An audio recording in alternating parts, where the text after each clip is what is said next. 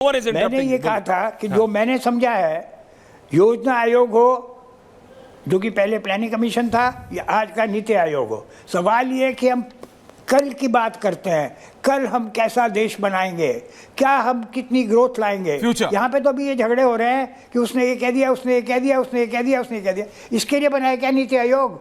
ये करना हो तो फिर पार्लियामेंट में या कहीं और करो। नीति आयोग में बिल्कुल इस तरह की बात होती है कि कल क्या होगा, कितना ग्रोथ होगा, कितना डेवलपमेंट होगा, किस किस स्टेट को ग्रोथ की ज़रूरत है, किस किस स्टेट में कमी है, कैसे उसको बढ़ा सकते हैं, कैसे उसको इम्प्रूव कर सकते हैं, वो सब बात होती है।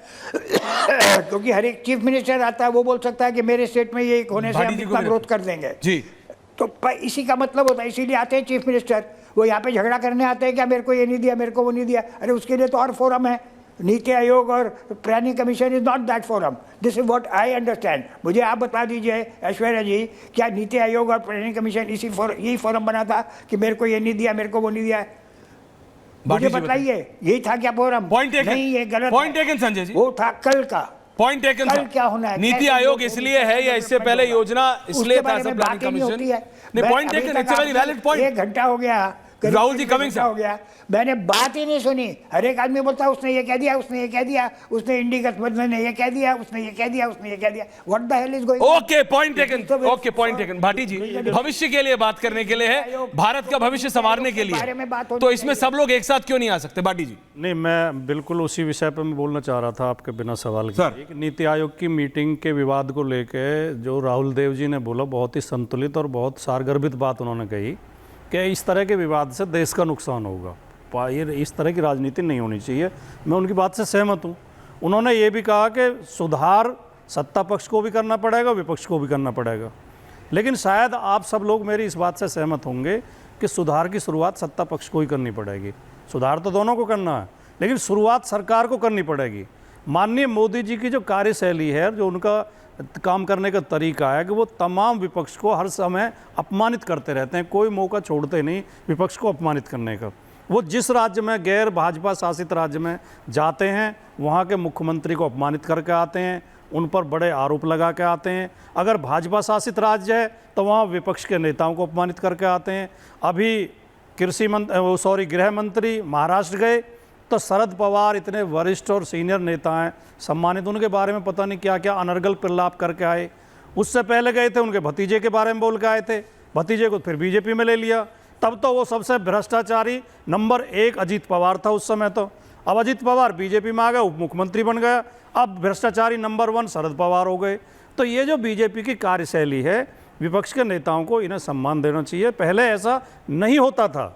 दूसरी सरकारों में, चाहे सरकार कांग्रेस की रही हो, यूपीए की रही हो, चाहे राष्ट्रीय मोर्चा की रही हो, उन सरकारों में विपक्ष के नेताओं को भी सम्मान दिया जाता था, उनकी बात सुनी जाती थी। अब नहीं सुनी जाती। सलाम क्या आपका कहना है? राहुल देव जी अपमानित करते हैं, सुनना तो दूसरी बात है। समझ नहीं आ रही, मैंने वही बात, अभी वही बात हो रही है। उसने ये नहीं किया, उसने ये नहीं किया, उसने ये नहीं किया, उसने ये नहीं किया। सुधांशु जी, आ रहा हूं। आयोग इसी के लिए बनाया क्या? ओके संजय जी, बनाया तो उसका सारा चार्टर बदल। मैं आपका पॉइंट समझ गया कि ये लोग भूत में है कि पास्ट में ऐसा हुआ था तो हम भी ऐसे करेंगे, भविष्य के बारे में कोई नहीं सोच रहा। Point taken, point taken. अब बाकियों का टर्न है sir, ending comments. Rahul Dev ji, Rahul Dev ji, Sanjay ji thank you. Rahul Dev ji,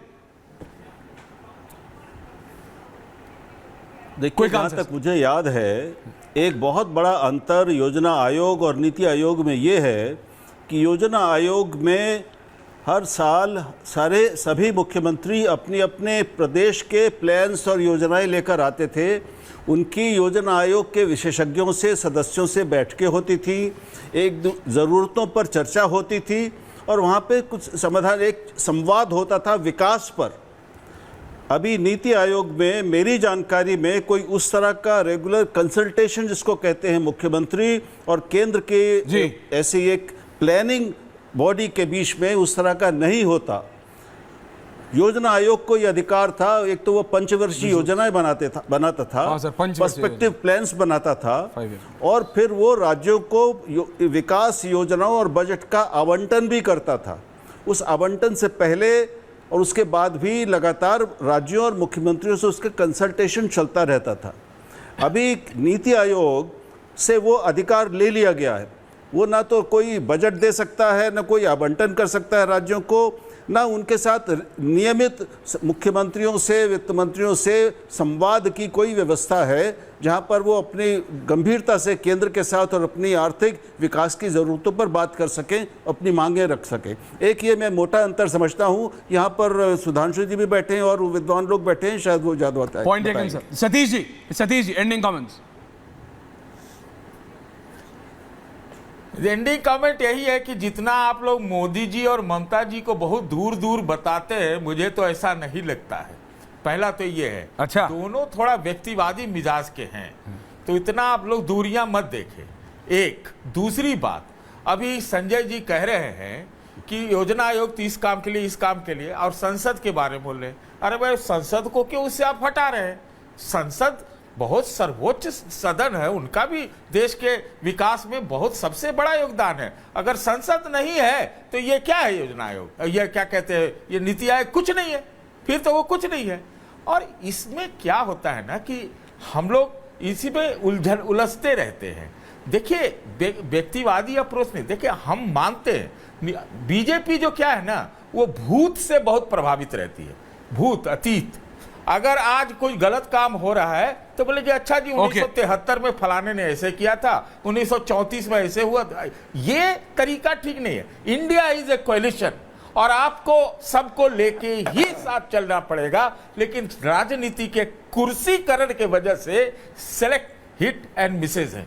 Sudhanshu ji ending.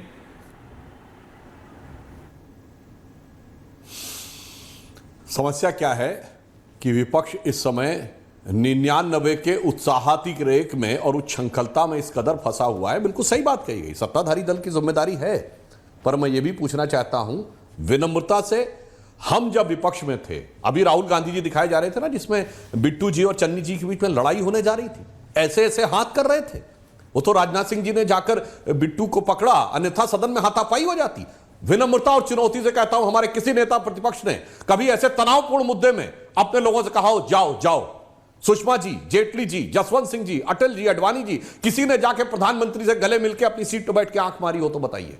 इनके फ्लोर लीडर्स ने किताब फेंकी है राज्यसभा के चेयरमैन के ऊपर, जिसमें संजय सिंह जी, डेरेक ओब्रायन ये शामिल थे। हमारे किसी नेता प्रतिपक्ष ने वेल में भी आया हो तो बताइए?